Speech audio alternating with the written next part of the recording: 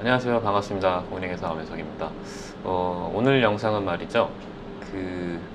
우리 생활 속에 아주 밀접한 세금이죠. 7월에 내시는 바로 재산세. 재산세를 한번 파헤쳐 보도록 하겠습니다. 재산세는 이것처럼 이제 고지서가 날라와요. 그래서 보통은 고지서 날라오시는 대로 납부를 하시는데, 과연 재산세가 어떠한 세금인지, 그리고 과연 고지된 금액이 맞는지 뭐 이런 게 또 궁금하잖아요. 그래서 저도 이번 기회에 좀 구청에 전화도 한번 해보고 어떻게 계산되고 내가 적정하게 계산된 건지를 확인했습니다. 그 결과를 여러분한테 좀 말씀드리고요. 각각의 또 재산세 관련해서 궁금하실 것 같은 사항들을 정리 한번 해봤습니다. 먼저 이렇게 고지서가 이제 날라오셨죠?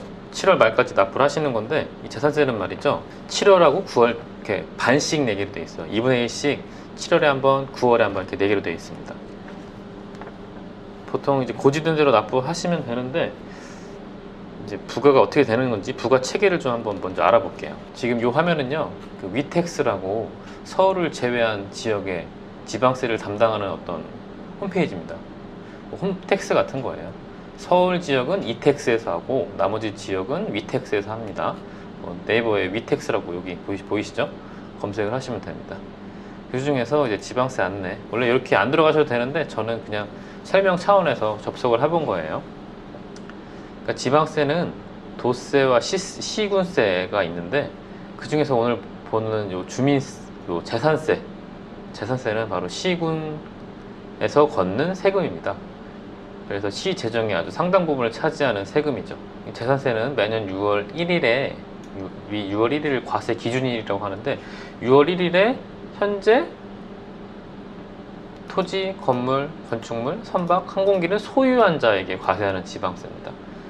당연히 도시지역의 서울 도시지역 수도권, 서울 수도권 도시지역에서 세수가 많을 거고 지방은 상대적으로 좀 적겠죠. 납세 의무자는 아까 말씀드렸던 과세 기준일 6월 1일 기준으로 사실상 소유자란 말이 좀 의미심장하죠. 왜 그냥 소유자면 소유자지 왜 또 사실상 소유자일까? 이거는 좀 이따 후반부에 또 말씀을 드리겠습니다. 어떤 의미가 있는 건지. 이 과세 표준은요, 토지, 건축물, 주택에 대한 재산세 과세 표준은 시가 표준액. 이 시가 표준액이 어떤 거냐면은, 이 시가 표준액이 어떤 말이냐면 공동주택 가격이라고 국토부에서 매년 1월 1일 기준으로 고시해주는 어떤 이제 가격이 있습니다. 그 가격을 가지고 시가 표준액을 삼고 있는 거거든요. 그러니까 국토부에서 그냥 우리가 거래하는 시가가 아니라, 아마 요즘은 이제 많이 아실 거예요. 국토부에서 쭉 돌아다니면서 토지 가격이랑 건물 가격에 대해서 이제 나름 고시를 해요. 국토부의 평가 방법을 이용해서. 그게 보통 실제 시세의 한 70에서 60에서 70, 70에서 80%를 반영하는 그 가액이거든요. 그걸 가지고 이런 지방세든 뭐 여러 가지 세법에서 그 기준을 삼고 과세를 합니다.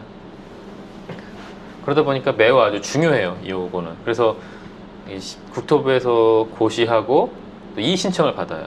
뭐 예를 들어 우리 지역 너무 높게 나왔다, 뭐 낮게 나왔다. 높으면 이런 지방세에서 당연히 세금이 늘 것이고, 낮으면 또 낮은 대로 불만이 또 있어요. 그러다 보니까 요거는 이제 이의 신청도 받고 있습니다. 다시 돌아와서 이제 지방세 과세 표준은 그 시가 표준액에서 요 1번과 2번을 고려합니다.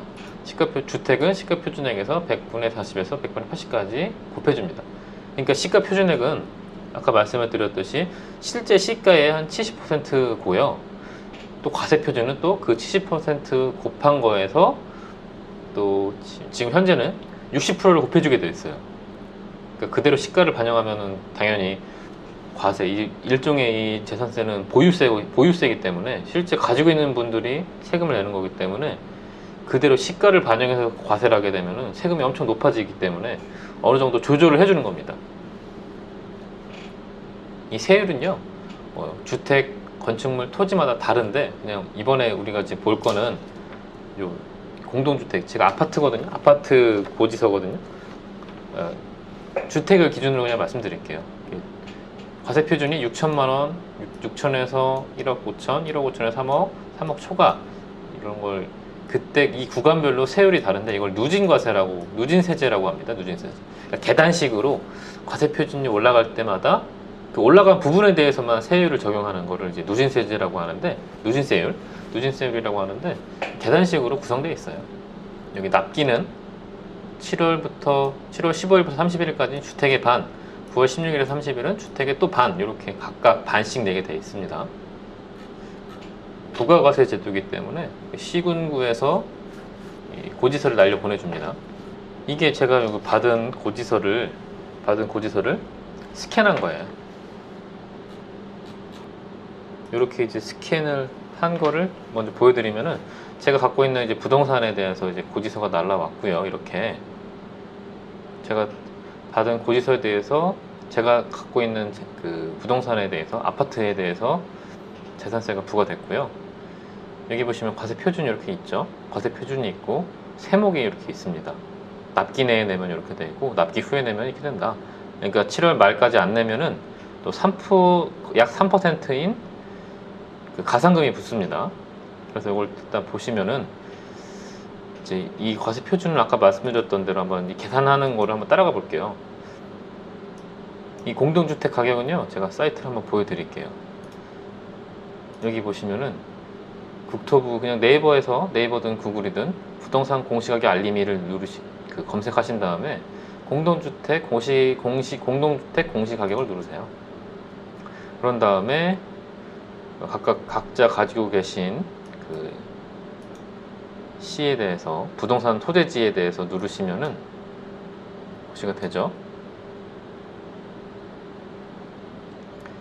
공동주택 가격이 2억 4,800만 원이에요. 제가 갖고 있는 부동산은.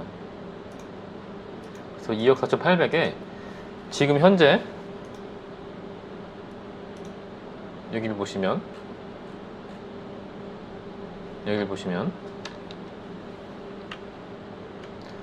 주택은 과세표준 계산할 때 공동주택 가격이 60%거든요. 아파트의 경우엔.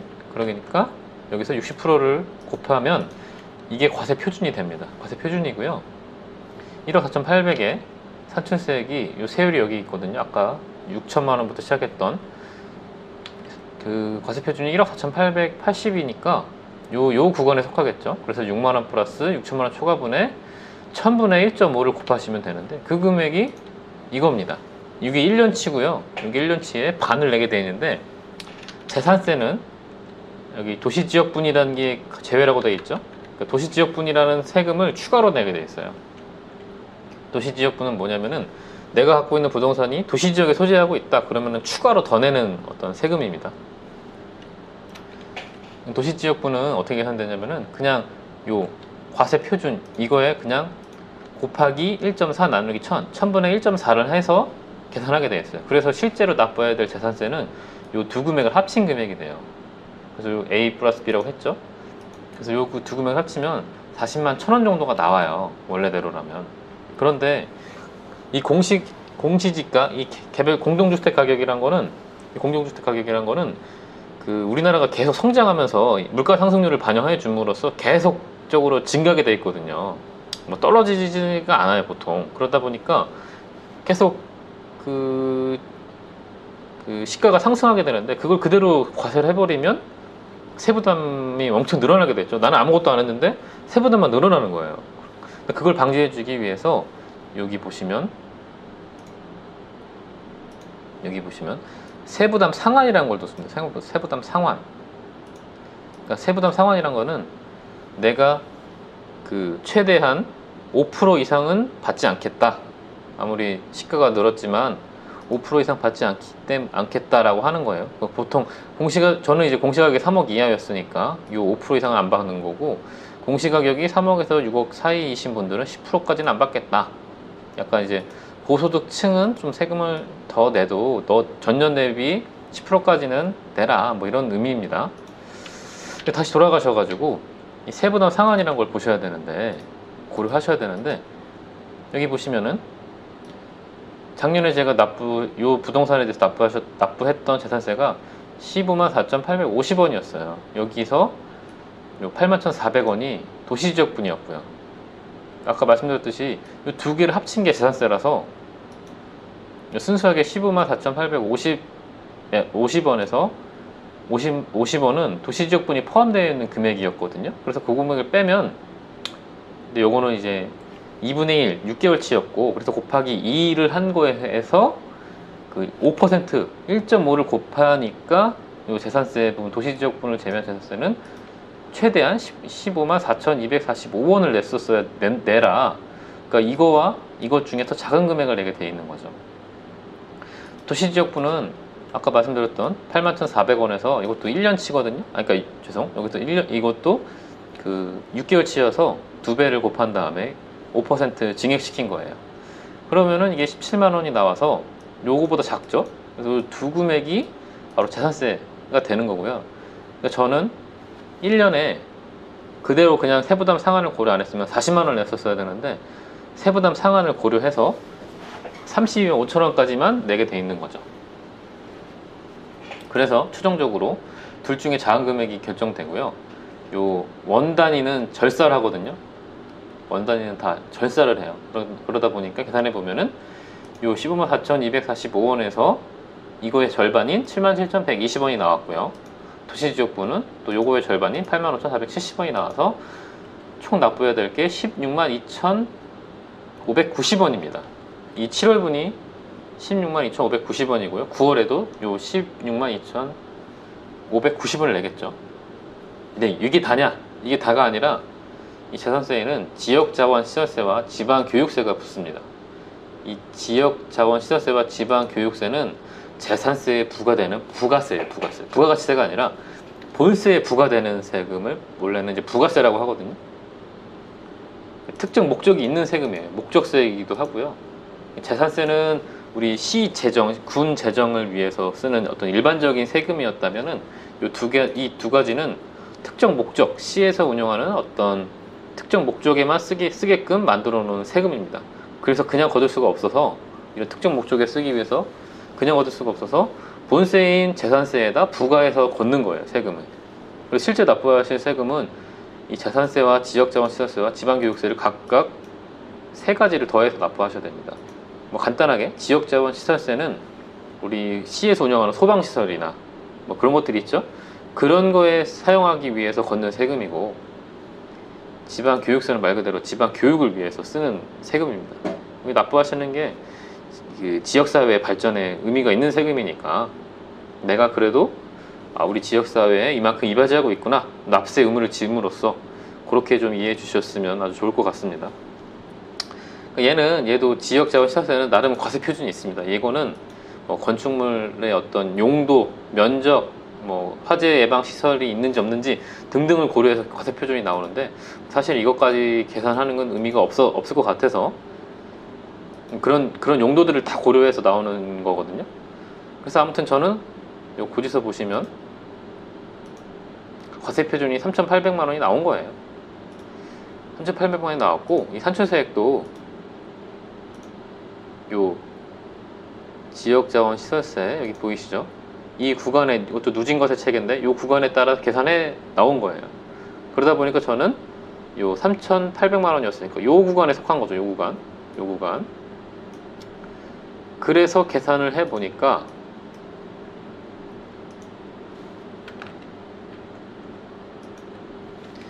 (23,363원이) 나왔고, 얘는 세부담 상한이 없어요. 그냥 그대로 내는 거예요.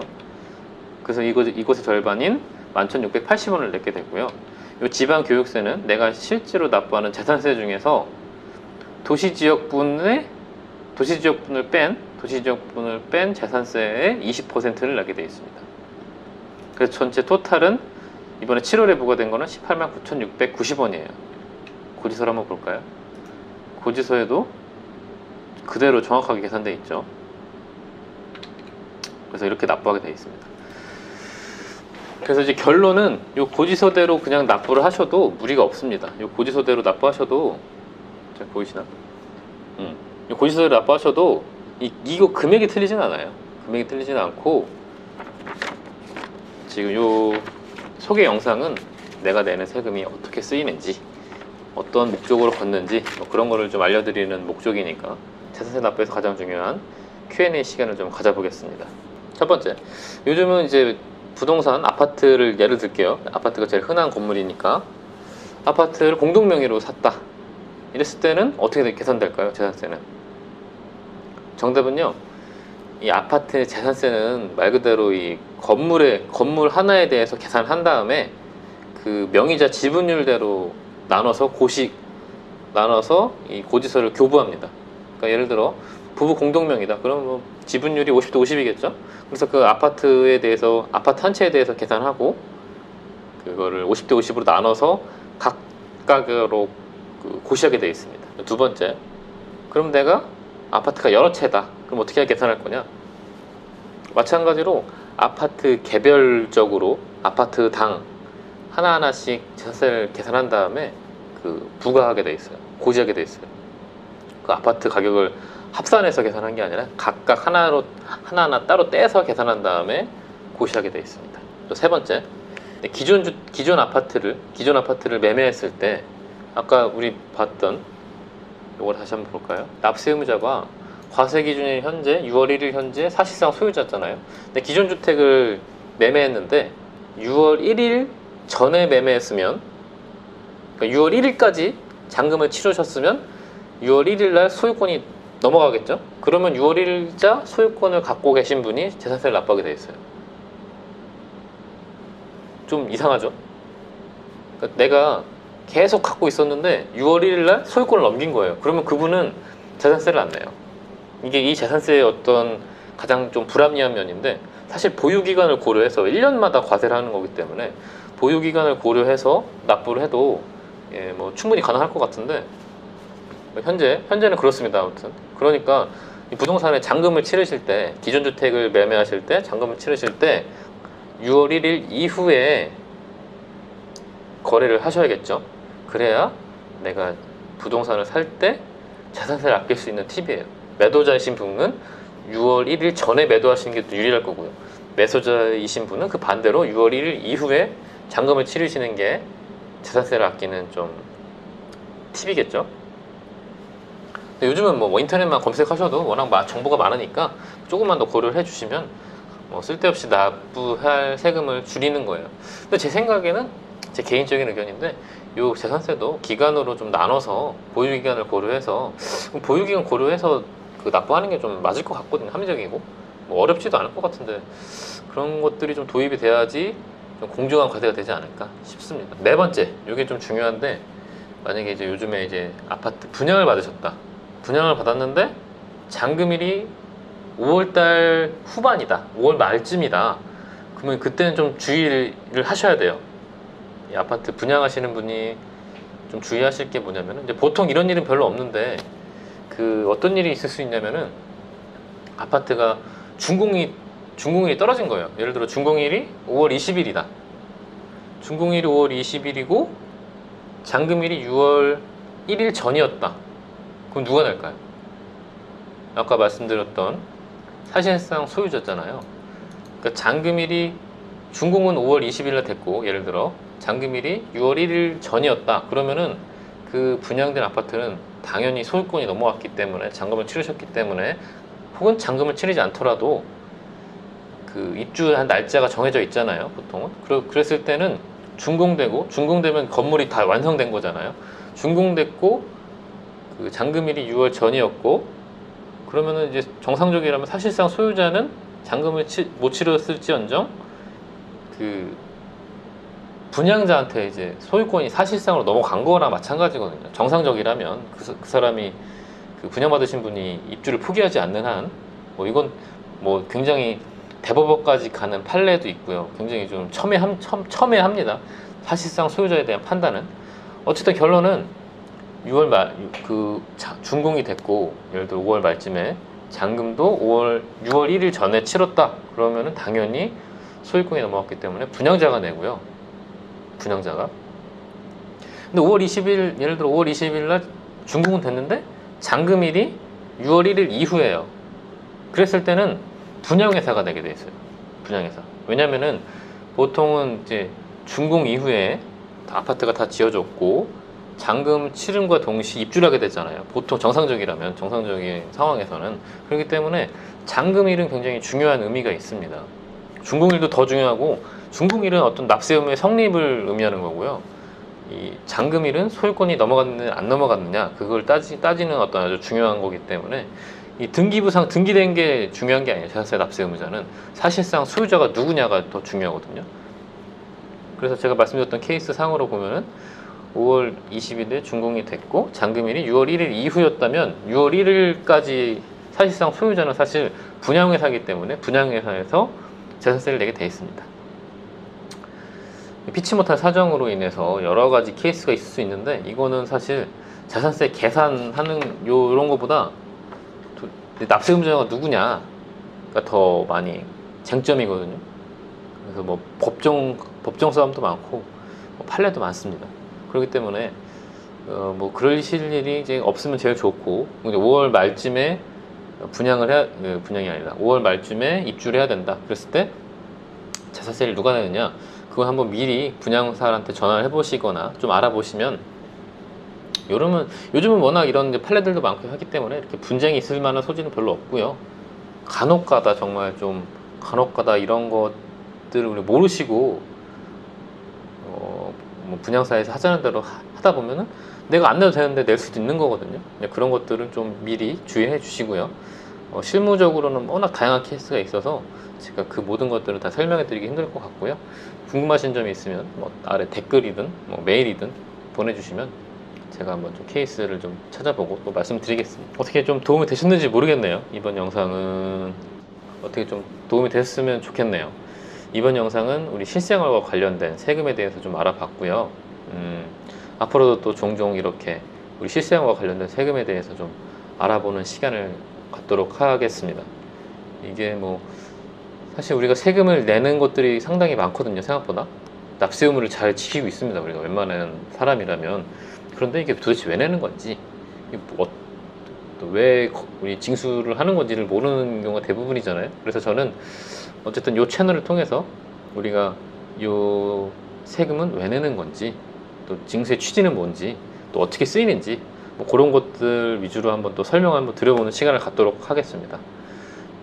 여러분들의 좋아요와 구독으로 그 힘을 얻고 있는 그런 채널입니다. 아직 초반이기도 하고 좀 편집도 어색한데 그래도 많이 노력하겠습니다. 앞으로도 좀 많이 기대해 주시고 사랑해 주시고 응원해 주시길 바랍니다. 오늘은 여기까지. 감사합니다. 성실신고가 최고의 절세 방법입니다. 감사합니다.